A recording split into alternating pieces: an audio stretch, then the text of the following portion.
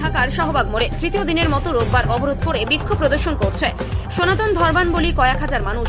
বাংলাদেশ হিন্দু বৌদ্ধ খ্রিস্টান ঐক্য পরিষদ, বাংলাদেশ পূজা উদযাপন পরিষদ, সংখ্যালঘু ঐক্য মোর্চাভুক্ত সংগঠন, বাংলাদেশ হিন্দু পরিষদ ও বাংলাদেশ সনাতন পার্টির নেতৃত্বে ঢাকার শাহবাগ মোড়ে হাজার হাজার সনাতন ধর্মাবলম্বীদের বিক্ষোভ ও স্লোগানে উত্তাল। বাংলাদেশে বিভিন্ন স্থানে হিন্দু মন্দির ভাঙচুর, অগ্নিসংযোগ, হিন্দুদের বাড়িঘরে হামলা, ভাঙচুর, লুটপাট ও অগ্নিসংযোগের প্রতিবাদে এই কর্মসূচি পালন করা হচ্ছে। রবিবার দুপুর 2টা থেকে প্রতিবাদী ব্যানার, ফেস্টুন ও প্ল্যাকার্ড নিয়ে সনাতন ধর্মাবলম্বী মানুষেরা শাহবাগে জড়ো হতে থাকেন। হিন্দুদের ওপর নিপীড়ন বন্ধে দ্রুত ব্যবস্থা না নিলে টানা আন্দোলন কর্মসূচি ঘোষণার হুঁশিয়ারি দিয়েছেন অবরোধকারীরা।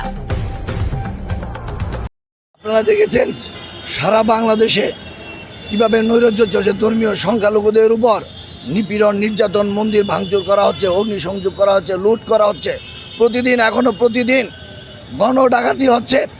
কিন্তু আমরা প্রশাসনকে নীরব দেখেছি। আমরা এদেশের জাগরিত মানুষ, এদেশের যারা জনগণ রয়েছে, সচেতন সুধী সমাজ, তাদেরকেও আমরা আজ পাচ্ছি না।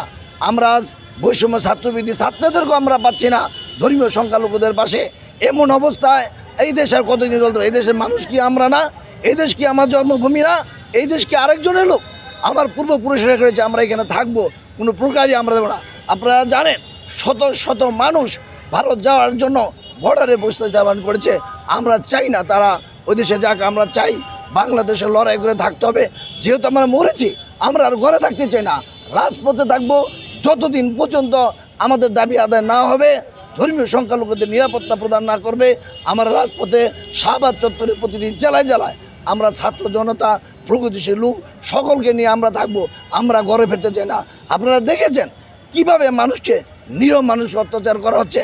এখনও বিভিন্ন জায়গায় চাঁদা চাওয়া হচ্ছে, তাদেরকে ভয়ভীতি দেখানো হচ্ছে, রাতে তাদের কাঁদা হচ্ছে। আমরা প্রশাসনের পাশে বারবার গিয়েছি। আমরা কী দোষ করেছি? আমরা সাধারণ মানুষ, কোনো রাজনীতি দলের সাথে জড়িত নয়। তারপর তাদেরকে নিরীহ মানুষ কীভাবে নিপীড়ন করা হচ্ছে, নির্যাতন করা হচ্ছে, ঘর ছাড়া করছে, আমার মন্দিরকে ভাঙচুর করা হচ্ছে। এই প্রতিবাদে সারা বাংলাদেশে সংগ্রাম করে তুলতে হবে। আমরা তুলেছি, রাজপথে থাকবো। আগামী তবে সারা বিশ্ববাসীকে, সারা বাংলাদেশের বিবেককে আমরা আমাদের পাশে থাকার জন্য অনুরোধ করছি। আমরা আপনাদের পাশে থাকবে, আমাদের সংগ্রাম চলবেই চলবে। দেশে তো সাম্প্রদায়িক জঙ্গিবাদী গোষ্ঠী তো তৎপর, কাজে এদের তৎপরতা এখন আরও বাড়ছে।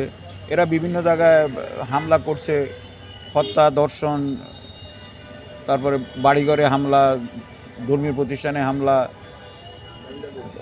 বাণিজ্যিক প্রতিষ্ঠানে হামলা, জোর করে চাঁদা আদায়, এই বিষয়গুলি করছে। তো আমরা তো তত্ত্বাবধায়ক অন্তর্বর্তীকালীন সরকারকে বলেছি, প্রধান উপদেষ্টা তো গতকালও বলেছেন যে এখানে ভেদাভেদ থাকবে না। তো ভেদাভেদ থাকবে না, বৈষম্য থাকবে না। কাজেই হামলা যে হচ্ছে এর বিচার করা হোক এবং এদের দ্রুত বিচার আদালতে বিচার করা হোক এবং যারা ক্ষতিগ্রস্ত হয়েছে এদের ক্ষতিপূরণের ব্যবস্থা করা হোক।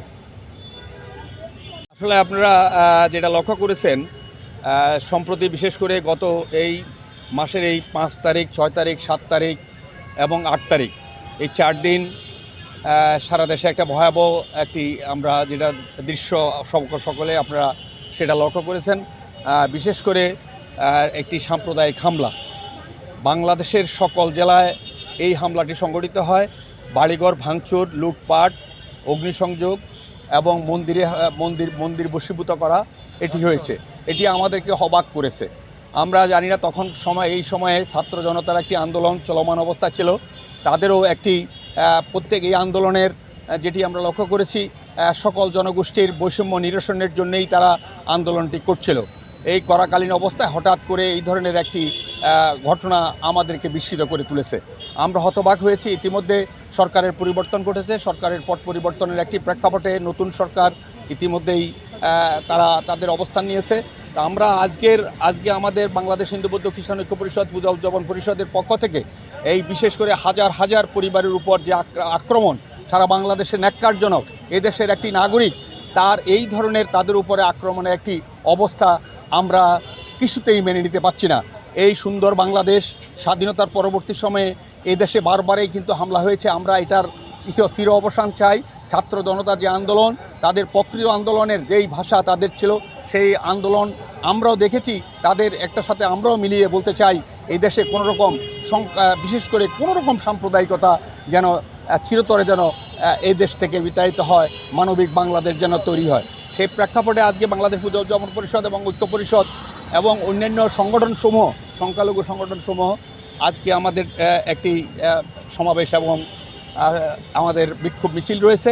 আমরা সেই বিক্ষোভে কিছুক্ষণের মধ্যে সেটা শুরু হবে। সেখান থেকেও আমরা আওয়াজ তুলতে চাই, এদেশ সকলের সম্মিলিত একটি মানবিক বাংলাদেশ, এবং বর্তমান সরকারের কাছেও আমরা সেই দাবি জানাবো। এটি যারা এই ঘটনা ঘটিয়েছে তাদেরকে চিহ্নিত করা হোক, কারা এটা করেছে, এটির যথেষ্ট প্রমাণাদি রয়েছে, তাদেরকে চিহ্নিত করে তাদেরকে আইনের আওতায় নেওয়া হোক, বিচারের আওতায় নেওয়া হোক, এবং দোষী ব্যক্তির বিচারের আওতার মাধ্যমে একটি দৃষ্টান্ত স্থাপনের মাধ্যমে যেন সামনের দিকে যেন এই ধরনের ঘটনা কোনো রকম যেন না ঘটে, সেটাই আমরা আশা করব।